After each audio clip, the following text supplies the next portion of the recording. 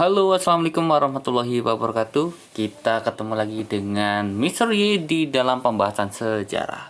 Oke, kali ini Mr. Y akan membahas tentang pertempuran Surabaya. Latar belakang yang terjadi pada pertempuran Surabaya adalah yang pertama, ketika pada tanggal 25 Oktober 1945, pasukan sekutu mendarat di Surabaya di bawah pimpinan Brigadir Jenderal AWS Malabi dengan tugas utama yaitu melepaskan pasukan tawanan perang Jepang. Lalu kemudian faktor yang kedua adalah pasukan sekutu menyebarkan pamflet yang meminta agar rakyat Surabaya menyerahkan senjata yang telah dirampas dari pasukan Jepang, yang kemudian dijawab dalam pidato Bung Tomo. Pertempuran 10 November 1945 di Surabaya membuat sekutu kalang kabut. Satu jenderal mereka, AWS Malabi, tewas. Hampir 2.000 tentara sekutu, baik yang berkebangsaan Inggris maupun dari divisi India, terbunuh. Pasukan Inggris mengakui pertempuran Surabaya sebagai pertempuran dahsyat, bahkan terdahsyat yang pernah mereka alami seusai Perang Dunia II. Sebaliknya di pihak Indonesia kurang lebih ada 6.000 pemuda gugur dalam pertempuran tersebut.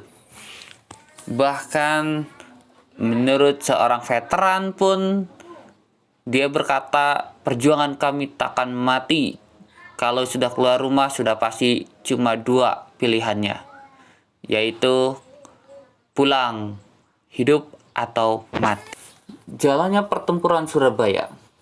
Pada tanggal 27 Oktober 1945, pasukan sekutu merebut instansi penting yang ada di Surabaya. Lalu kemudian esok harinya pada tanggal 28 Oktober 1945, para pemuda melakukan serangan balik dan berhasil kembali merebut instansi penting tersebut yang sempat direbut oleh pasukan sekutu.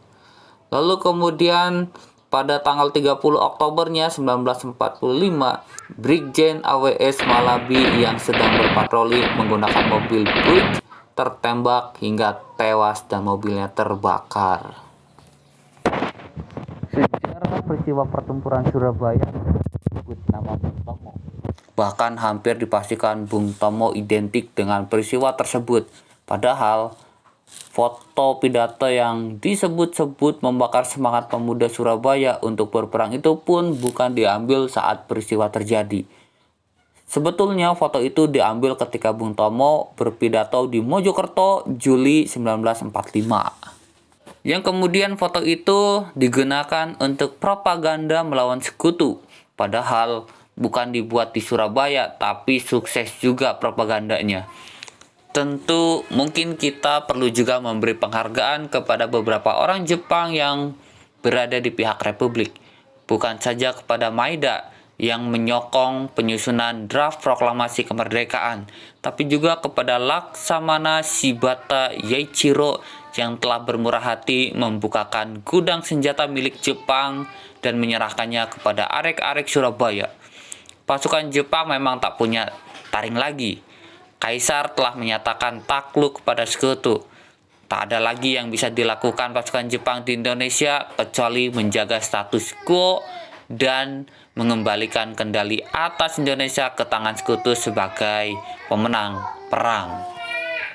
Shibata menyerahkan diri pada 3 Oktober 1945 kepada seorang kapten Angkatan Laut Belanda yang datang sebagai wakil sekutu yang pertama. Saat menyerahkan diri, dia mengakui perintah menyerahkan senjata milik Jepang kepada para pemuda Indonesia datang darinya dan mengatakan bahwa rakyat Indonesia akan bertanggung jawab atas senjata-senjata itu kepada sekutu. Sebuah hal yang mustahil dilakukan oleh para pemuda terbukti ketika sekutu menyebarkan pamflet ultimatum penyerahan senjata. Para pemuda malah membalasnya dengan serangan ke pos-pos militer sekutu di Surabaya. Orang asing lain yang juga berperan di dalam peristiwa pertempuran Surabaya adalah Muriel Pearson, terlahir dengan nama Muriel Stuart Walker alias Ketut Tantri alias Surabaya Sue. Perempuan Amerika ini berpetualang ke Bali dan terlibat dalam perjuangan semasa revolusi. Dalam peristiwa pertempuran Surabaya, ia berperan sebagai penyiar berbahasa Inggris untuk radio bawah tanah yang menyiarkan kepada dunia tentang keadaan di Indonesia. Atas jasanya, banyak negara lain mengetahui bahwa perjuangan kemerdekaan Indonesia merupakan keinginan seluruh rakyat, bukan bikinan kaum ekstremis, sebagaimana yang dikampanyekan oleh Belanda. Murel sempat menulis kisahnya dalam Memor Revolusi di Nusa Damai. Pertempuran Surabaya pun menarik perhatian Sultan Syahrir dan Tan Malaka. Mereka berdua punya cara pandang dan kesan berbeda terhadap pertempuran heroik tersebut.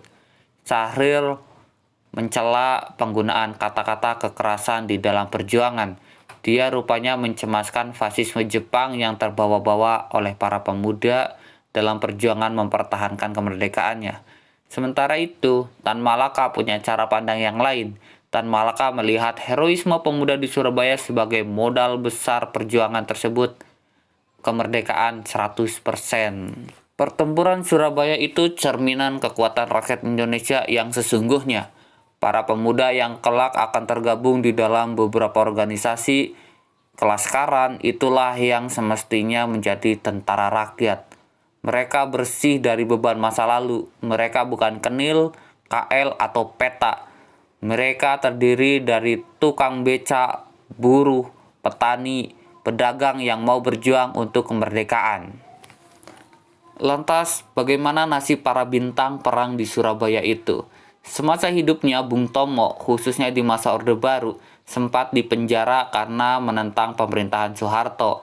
Bung Tomo pun wafat di Padang Arafah saat dia beribadah haji. Pada 10 November 2008, Bung Tomo dianugerahi gelar pahlawan nasional. Pertempuran Surabaya pun berlangsung selama 3 minggu, meskipun banyak korban jiwa. Tetapi kota Surabaya berhasil dipertahankan oleh pemuda. Yang bahkan sekutu pun mengklaim bahwa pertempuran akan dimenangkannya hanya dalam waktu 3 hari saja. Tetapi pertempuran masih terus berkobar hingga 3 minggu. Baik, terima kasih yang sudah menonton sampai akhir dan nantikan video selanjutnya. Terima kasih.